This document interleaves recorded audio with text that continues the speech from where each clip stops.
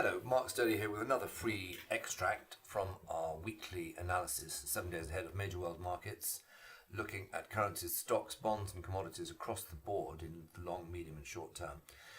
And you'll see from our summary that in our big analysis, we have enormously excited about the situation in stocks, in the dollar against the euro and the dollar yen. But leaving those to one side, I want to look at an emerging situation, I think, in the gold. We have had and experienced an extraordinary rally and acceleration in the gold market, the product of two patterns from a chartist point of view.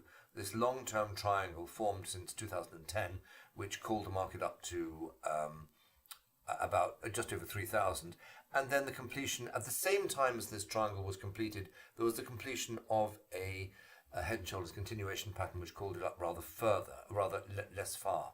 These two targets, of course, long since have been exceeded, and the means by which they were exceeded was the creation of another continuation pattern here, which was this triangle, which called the market up again. And again, the market not only achieved the minimum move implied by this triangle, but then has vastly exceeded it.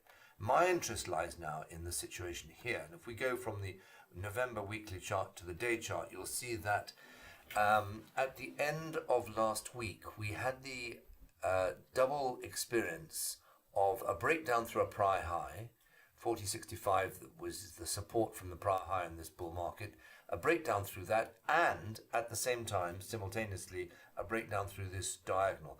This is, it has to be said, a short-term chart, so these are short-term indications. It doesn't mean the big bull market is over, but it just might be the first straws in the wind, the first inkling that the market is under pressure and vulnerable to further sell-offs.